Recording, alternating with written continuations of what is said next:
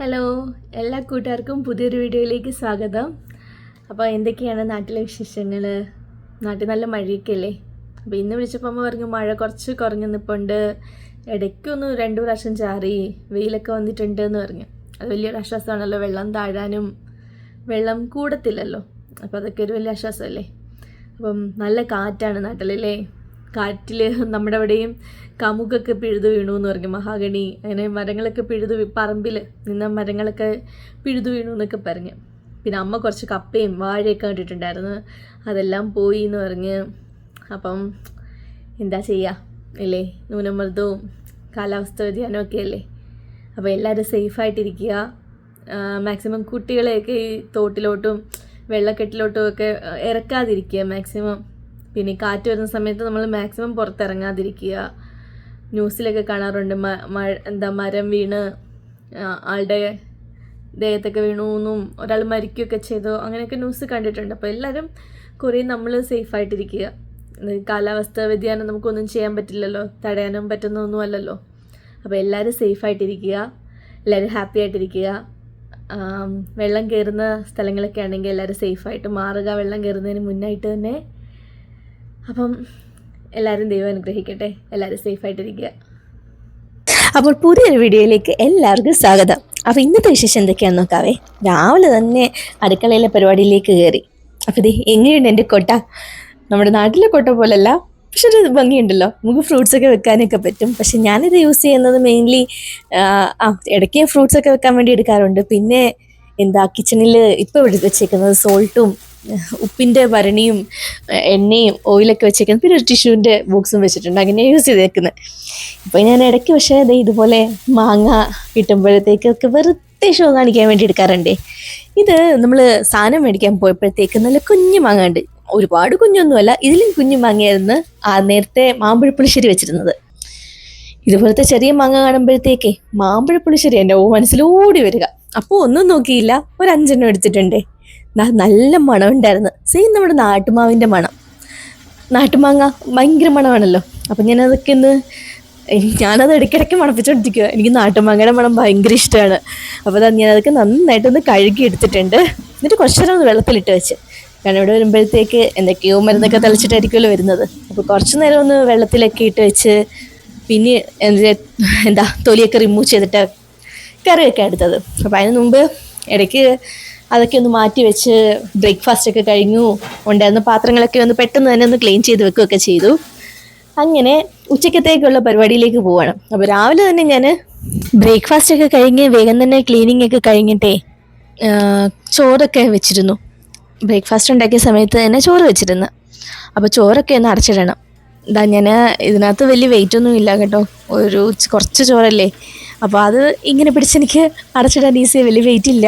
അതുകൊണ്ട് ആരെങ്കിലും ചെയ്യരുത്, ദേഹത്തൊക്കെ വീണാൽ നന്നായിട്ട് പൊള്ളും. ഇതെനിക്കിപ്പോൾ കുറച്ച് ഈസി ആയിട്ടുണ്ട്, അതുകൊണ്ടാണ് ഇങ്ങനെ. പിന്നെ ഇത് വെക്കാൻ ഞാൻ അവിടെ ഒരു സൈഡിൽ ഇങ്ങനെ മണി പ്ലാന്റ് വെക്കാൻ വേണ്ടിയിട്ട് മേടിച്ചിരുന്ന ഒരു കൊട്ടയായിരുന്നത്. ഈ ഫ്ലവർ ചെറിയ പോട്ടൊക്കെ വെക്കത്തില്ലേ, അതേപോലത്തെ. അപ്പോൾ അതിനകത്താണ് ഞാൻ ചോറടച്ചിരുന്നത്.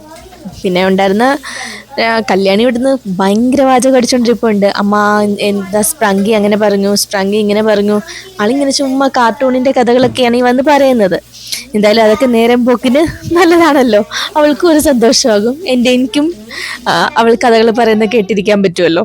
അപ്പം അതൊക്കെ ഒരു സന്തോഷം. ഇപ്പം സ്കൂളില്ലാത്തതുകൊണ്ട് തന്നെ ഇതൊക്കെയല്ലേ ആൾക്കുള്ള ഒരു സന്തോഷം. ഞാൻ ചോറ് വറുത്തപ്പോൾ കുറച്ച് ചോറ് അങ്ങോട്ട് വീണു, ഊറ്റിയപ്പോൾ പറ്റിയതാണേ. അതൊക്കെ ഞാനൊന്ന് പെട്ടെന്ന് തുടച്ച് ക്ലീനാക്കി. ഇനിയും പെട്ടെന്ന് കറികൾ വെക്കണം. ഞാൻ ആദ്യമേ ഇപ്പോൾ ചോറങ്ങ് വെക്കും, കാരണം ഞാൻ കറികളെല്ലാം വെച്ച് കഴിഞ്ഞിട്ടായിരിക്കും അരിയിടുന്ന കാര്യം തന്നെ ഞാൻ ഓർക്കാറ് മിക്കപ്പോഴും. അതുകൊണ്ട് ഞാനിപ്പം ആദ്യമേ ചോറങ്ങ് വെക്കും. ബ്രേക്ക്ഫാസ്റ്റ് ഉണ്ടാക്കി കഴിക്കാൻ പോകുന്ന സമയത്ത് തന്നെ ഞാൻ അരി അടുപ്പത്തോട്ട് വെക്കുക. കുറച്ച് നേരം അരി കുതിർക്കാനിടും, അത് കഴിഞ്ഞിട്ടാണ് അരി അടുപ്പത്ത് വെക്കുന്നത്. അപ്പോൾ ഇന്ന് മത്തിയാണ് കിട്ടിയിട്ടുള്ളത്. മത്തിയൊക്കെ വെട്ടി ക്ലീൻ ചെയ്തു. കൊച്ചുമത്തിയായിരുന്നു, ഒരുപാട് വലിയ മത്തിയൊന്നുമല്ല, കൊച്ചുമത്തിയായിരുന്നു. അപ്പോൾ കുറച്ച് മത്തി എടുത്തിട്ട് അതിൻ്റെ തലഭാഗം എടുത്ത് ഞാൻ വറക്കാൻ വേണ്ടി എടുത്ത്, പിന്നെ ബാക്കി ഞാൻ കറി വെക്കാമെന്ന് വെച്ച്. അപ്പോൾ മാങ്ങയൊക്കെ ഇട്ടിട്ടാണ് കറി വെക്കുന്നത്. ഇപ്പോൾ ചൂട് ഭയങ്കര കൂടുതലായതുകൊണ്ട് തന്നെ മണി പ്ലാന്റ് ഒക്കെ ഞാൻ വെച്ചിരുന്ന സ്ഥലത്തുനിന്ന് റൂമിലേക്ക് മാറ്റി. റൂമിലാകുമ്പോൾ AC ഒക്കെ എപ്പോഴും ഇടുന്നത് കൊണ്ട് പെട്ടെന്ന് വാടി പോകൂലല്ലോ. പിന്നെ ദാ മത്തിക്കറിക്കുള്ള തക്കാളിയും മാങ്ങയൊക്കെ റെഡിയാക്കിയിട്ടുണ്ട്. ദേ മാമ്പഴ പുളിശ്ശേരിക്കുള്ള മാങ്ങ ഞാൻ കട്ട് ചെയ്യുന്നുണ്ട്. ഞാനിത് ഇടയ്ക്കിടയ്ക്ക് മണപ്പിച്ച് നോക്കുന്നതേ നല്ല നാട്ടുമാങ്ങയുടെ മണമാണ്. എനിക്ക് ഭയങ്കര ഇഷ്ടമാണ് നാട്ടുമാങ്ങയുടെ മണം. അതുകൊണ്ടാണ് ഞാൻ ഈ മണപ്പിച്ച് ഇടയ്ക്കിടയ്ക്ക് നോക്കുന്നതേ. ഒന്നും തോന്നല്ലേ.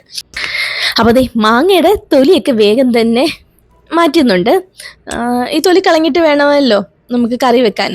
ഇതെനിക്ക് തോന്നുന്നു പിച്ചത്തി വെച്ച് കട്ട് ചെയ്തെടുക്കുന്നതിനേക്കാളും ഈസി ആയിട്ട് നമുക്കിങ്ങനെ ഒരു സൈഡ് മണ്ടവശം ഒന്ന് മുറിച്ചിട്ടേ വലിച്ചാൽ ഊരി അങ്ങ് പോരും.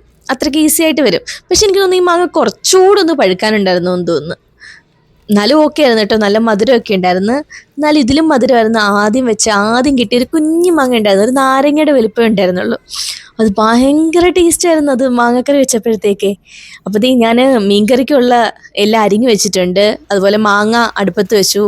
5 മാങ്ങയായിരുന്നു ഉള്ളത്. 4 മാങ്ങ കിട്ടിയുള്ളൂ. അതിലൊരു മാങ്ങയുടെ ഒരു സൈഡ് കേടായിരുന്നു. അതുകൊണ്ട് അത് കറി വെക്കാൻ എടുത്തില്ല. അപ്പോൾ കടുകൊക്കെ പൊട്ടിച്ചു. മീൻകറിക്കുള്ള പരിപാടി നോക്കാമെന്ന് വെച്ചു.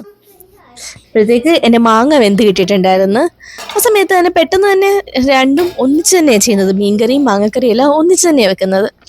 അപ്പോൾ മീൻകറിയുടെയൊക്കെ തിള വന്നപ്പോഴത്തേക്ക് മത്തി നന്നായിട്ട് കഴുകി അതെടുത്ത് വെച്ചിട്ടുണ്ട്. ഞാൻ മത്തി കറി വെക്കുമ്പോൾ എപ്പോഴും തക്കാളി ഇടാറുണ്ട്. ഈ പ്രാവശ്യം മാങ്ങ ഫ്രീസ് ചെയ്ത് കൊണ്ടുവന്നിട്ടുണ്ടായിരുന്നു. പച്ചമാങ്ങ അമ്മ ഇങ്ങനെ ഫ്രീസ് ചെയ്ത് വെച്ചിട്ടുണ്ടായിരുന്നു. അത് കൊണ്ടുവന്നത് കൊണ്ട് മീൻകറി വെക്കുമ്പോഴും മീൻതോരൻ വെക്കുമ്പോഴും എല്ലാം ഇതുപോലെ പച്ചമാങ്ങ എടുത്തിടും. എന്തിനാണെന്ന് എനിക്കറിയില്ല. ഞാൻ വെറുതെ എടുത്ത് തക്കാളി ഇട്ടാലും പുളി ഇട്ടാലും ഞാൻ മാങ്ങ എടുത്തിടാറുണ്ട്. അപ്പോൾ മാമ്പഴ പുളിശ്ശേരിക്കുള്ളത് അരപ്പൊക്കെ വേഗം അരച്ചെടുത്തു. മാങ്ങക്കറി എൻ്റെ ഒരു ഫേവറേറ്റ് ആയതുകൊണ്ടേ ഒരു രക്ഷയില്ല. ഭയങ്കര ടേസ്റ്റാണല്ലോ മാങ്ങക്കറി. നാട്ടിലെന്തായാലും എല്ലാവരും മാങ്ങ സീസൺ ആകുമ്പോൾ എപ്പോഴും മാമ്പഴ പുളിശ്ശേരിയും മാങ്ങക്കറിയൊക്കെ ആയിരിക്കുമല്ലോ. അപ്പോൾ അരപ്പൊക്കെ വേഗം തന്നെ അരച്ച് ചേർത്തിട്ടുണ്ട്. അങ്ങനെ മാമ്പഴ പുളിശ്ശേരി ഏകദേശം റെഡി ആയിട്ടുണ്ട്. ഇനി ഒന്ന് താളിച്ചെടുത്താൽ മതി. അങ്ങനെ ഉച്ചയൂണ് റെഡി ആയിട്ടുണ്ട്. ഉച്ചയൂണെന്ന് വെച്ചാൽ മാമ്പഴ പുളിശ്ശേരിയും മത്തിക്കറിയും മത്തി വറുത്തതുമാണ്. ഇത് മത്തിയുടെ തലഭാഗമാണ്. തലയല്ല, ആ തലയുടെ ഭാഗം ഉണ്ടല്ലോ, അവിടെ ഭയങ്കര മുള്ളായതുകൊണ്ട് അത്രയും ഭാഗം ഞാൻ കട്ട് ചെയ്തിട്ട് ഡീപ്പായിട്ട് വറുത്തെടുത്ത്. അപ്പം ഇതാണ് ഇന്നത്തെ ഊണ്. അപ്പോൾ ഇനിയും എന്താ കുറച്ച് ഒരു സിനിമയൊക്കെ കണ്ടിരുന്നിട്ട് ഫുഡൊക്കെ കഴിക്കുക. അപ്പം ഈ മാമ്പഴക്കൂട്ട് കറി കൂട്ടിയിട്ട് ഉള്ള ചോറ്.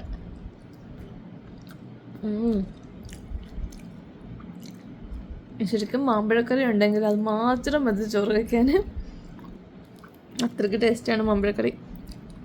അപ്പോൾ ഓക്കെ, നാളെ പ്രത്യേകം ശ്രദ്ധിക്കുക. നാളെ 11 ജില്ലകളിൽ റെഡ് അലർട്ട് പ്രഖ്യാപിച്ചിട്ടുണ്ട്. തിരുവനന്തപുരം, കൊല്ലം, ആലപ്പുഴ ജില്ലകളിൽ നാളെ ഓറഞ്ച് അലർട്ടുമാണുള്ളത്. അതിനാൽ തന്നെ ലഞ്ചൊക്കെ കഴിഞ്ഞിട്ട് കുറച്ചു നേരം വാർത്തയൊക്കെ കേട്ടിരുന്നു. എന്തൊക്കെയാണ് നാട്ടിലെന്ന് അറിയണമല്ലോ. അപ്പോൾ കുറച്ചു നേരം വാർത്തയൊക്കെ കേട്ടിരുന്നു. എന്നിട്ട് 4 മണിക്ക് സ്നാക്സ് എന്തെങ്കിലും ആക്കാമെന്ന് കരുതിയിട്ട് ഏത്തക്ക ഇരിപ്പുണ്ടായിരുന്നു. അതും അധികം പഴുക്കാത്ത ഏത്തക്കയായിരുന്നു. അതുകൊണ്ട് തന്നെ ഏത്തക്ക ബജ്ജി ഉണ്ടാക്കാമെന്ന് വെച്ച്. ഏത്തക്ക അപ്പം കല്യാണം എനിക്ക് ഭയങ്കര ഇഷ്ടമാണ്. അതുപോലെ ഈ ഏത്തക്ക ബജ്ജിയും ഭയങ്കര ഇഷ്ടമാണേ. അപ്പം നമ്മൾ ഇത് കടലമാവൊക്കെ വെച്ചിട്ട് അങ്ങനെ ഉണ്ടാക്കില്ലേ, നമ്മൾ കാബജ്ജിയൊക്കെ ഉണ്ടാക്കില്ലേ, അതുപോലെ.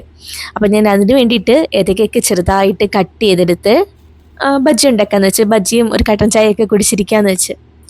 നാട്ടിലെ ന്യൂസൊക്കെ കേൾക്കുമ്പോഴത്തേക്ക് ശരിക്കും ടെൻഷനാണ്. 2018 അവസ്ഥയാണ് ഓർമ്മ വരുന്നത് ഫുള്ളേ. 2018 ഞങ്ങളുടെ കല്യാണം. ആ സമയത്ത് ആണ് ഫസ്റ്റ് ഞങ്ങളുടെ വീട്ടിലൊക്കെ വെള്ളം കയറുന്നത്. ആദ്യം കുറച്ച് ദിവസം നമ്മളൊക്കെ മഴ ആസ്വദിക്കും. മഴ പെയ്താലും കുറ്റം, മഴ പെയ്തില്ലെങ്കിലും കുറ്റം എന്ന് പറയുന്നത് പോലെ തന്നെ ആദ്യത്തെ മഴയൊക്കെ നമ്മൾ നന്നായിട്ട് ആസ്വദിക്കും. മഴ കൂടുമ്പോഴത്തേക്കും നമുക്ക് പല പല ബുദ്ധിമുട്ടുകളാകും. അപ്പം നമ്മൾ ഈ മഴ എങ്ങനെയും ഒന്ന് നിന്നാൽ മതി എന്ന് ചിന്തിക്കും അല്ലേ. നമ്മളൊക്കെ പണ്ട് 1ാം ക്ലാസ്സിലൊക്കെ പഠിക്കുമ്പോൾ പറയില്ലേ, മഴ പെയ്താലും മഴ പെയ്തില്ലെങ്കിലും മഴയുടെ അമ്മയ്ക്ക് കുറ്റം തന്നെയാണെന്ന്. അതേപോലെ തന്നെയാണ് ഇല്ലേ, എന്ത് ചെയ്യാനാ. എന്തും അമിതമായാൽ അമൃതവും വിഷമെന്നല്ലേ. അപ്പം ഇപ്പം മഴ ഭയങ്കര കൂടുതലായതുകൊണ്ട് തന്നെ നാട്ടിലൊക്കെ കൃഷിനാശവും വെള്ളപ്പൊക്കം, പലരുടെയും വീട്ടിൽ വെള്ളം കയറുക, അങ്ങനെ പല ദുരന്തങ്ങളല്ലേ. അപ്പം ഞാൻ സ്നാക്സിനുള്ളത് ഇതിനകത്ത് കടലമാവും കായപ്പൊടി പിന്നെ മുളക് പൊടി ഉപ്പ് ഒക്കെ ആക്കിയിട്ട് ചെറുതായിട്ട് നമ്മൾ അരിഞ്ഞ് വെച്ചിട്ട് വറുത്തെടുക്കുവാണേ. ഇതിനിടയ്ക്കിടയ്ക്ക് ഞാൻ ന്യൂസ് കേൾക്കാൻ ഓടും. എന്താണെന്നിങ്ങനെ അറിയാൻ വേണ്ടിയിട്ടേ. ഫുള്ള് ടെൻഷനാണ്. എന്താണ് നാട്ടിലെ അവസ്ഥ എന്താണെന്ന്. ഒരിക്കൽ ചൂടുവെള്ളത്തിൽ വീണ പൂച്ചയ്ക്ക് പച്ചവെള്ളം കണ്ടാലും പേടിയാണെന്നല്ലേ, അതേ അവസ്ഥയാണ് നമുക്കൊക്കെ. 2018 പ്രളയം ഉണ്ടായെന്ന് പറഞ്ഞില്ലേ, ആ സമയത്ത് നമ്മുടെയൊക്കെ വീട്ടിൽ വെള്ളം കയറിയിട്ടുണ്ടായിരുന്നു. ചെങ്ങന്നൂരാണേ വീട്. അപ്പം ഞങ്ങളുടെയൊക്കെ വീട്ടിൽ വെള്ളം കയറിയിട്ടുണ്ടായിരുന്നു. ആ സമയത്തായിരുന്നു എൻ്റെ കല്യാണവും. അതുകൊണ്ടിപ്പം വെള്ളമെന്ന് കേൾക്കുമ്പോഴേ ഒരു പേടിയും ടെൻഷനുമാണ്.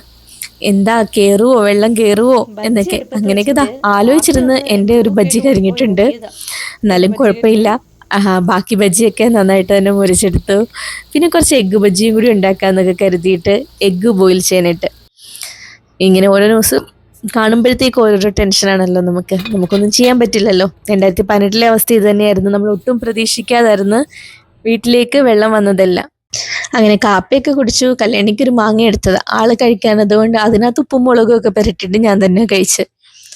പിന്നെ മനു വന്ന് നമ്മൾ കുക്കുംബർ ജ്യൂസ് അടിക്കാന്ന് വെച്ച്.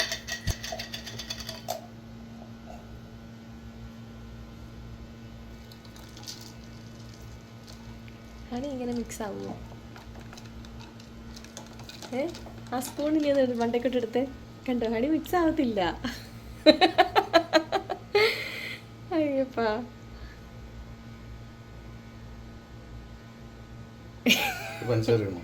ഇവിടെ ഒരു രക്ഷയില്ലാത്ത ചൂടായതുകൊണ്ട് തന്നെ എന്തെങ്കിലുമൊക്കെ തണുത്തൊരു ജ്യൂസൊക്കെ കുടിക്കുമ്പോൾ ഒരു ആശ്വാസമാണേ. ഒന്നെങ്കിൽ നമ്മൾ നാരങ്ങ ജ്യൂസ് ഉണ്ടാക്കും, അല്ലെങ്കിൽ ഓറഞ്ച്. അങ്ങനെ ഇരുന്നപ്പോഴാണ് കുക്കുംബർ കുറേ ഇരിപ്പുണ്ടായിരുന്നു. അങ്ങനെ ഒരു കുക്കുംബർ ജ്യൂസ് അടിക്കാന്ന് പറഞ്ഞിട്ട് കുക്കുംബറും നാരങ്ങയൊക്കെ ആയിട്ട് ജ്യൂസ് അടിച്ചതാണ്. അപ്പോൾ എനിക്ക് മധുരമില്ലാത്തതുകൊണ്ട് ഇഷ്ടപ്പെട്ടില്ല. അതിന് ഹണി ചേർത്ത് തരാമെന്ന് പറഞ്ഞിട്ട് ആൾ ഹണി ചേർത്തതാണ്. പക്ഷെ ഹണി മിക്സായി, നല്ല ഐസ് കിടക്കുന്നത് കൊണ്ട് ഹണി മിക്സ് ആവില്ലല്ലോ, അങ്ങനെ തന്നെ കിടക്കില്ലേ.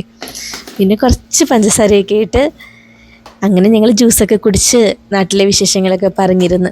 നാട്ടിൽ 2018 ഓർമ്മകൾ കുറച്ച് പേടിക്കുന്നതാണെങ്കിൽ തന്നെയും അന്നത്തെ ഒരു സംഭവം ഓർക്കുമ്പോൾ ചിരി വരുന്നൊരു സംഭവമുണ്ട്.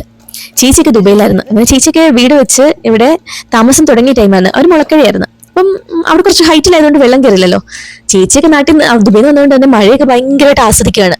അങ്ങനെ മുറ്റത്ത് വെള്ളം വന്നപ്പോഴത്തേക്ക് ചേച്ചി FB ഒരു പോസ്റ്റ് ഇട്ട്, ഞങ്ങളുടെ മുറ്റത്ത് വെള്ളം എത്തിയെന്നോ അങ്ങനെ എന്തോ പറഞ്ഞിട്ട്. അങ്ങനെ ഒരു 3 മണിക്കിട്ട പോസ്റ്റ് ചേച്ചി ഒരു 5:30-6 മണി ആയപ്പോഴത്തേക്ക് അടുത്ത പോസ്റ്റ് രക്ഷിക്കൂ എന്ന് പറഞ്ഞിട്ട്. 2 days കഴിഞ്ഞപ്പോഴത്തേക്ക് എൻ്റെ ഫ്രണ്ട്സ് അയക്കാൻ തുടങ്ങി, ചേച്ചിയുടെ ട്രോളാണേ രക്ഷിക്കൂ എന്ന് പറഞ്ഞിട്ടുള്ള പോസ്റ്റിൻ്റെത്.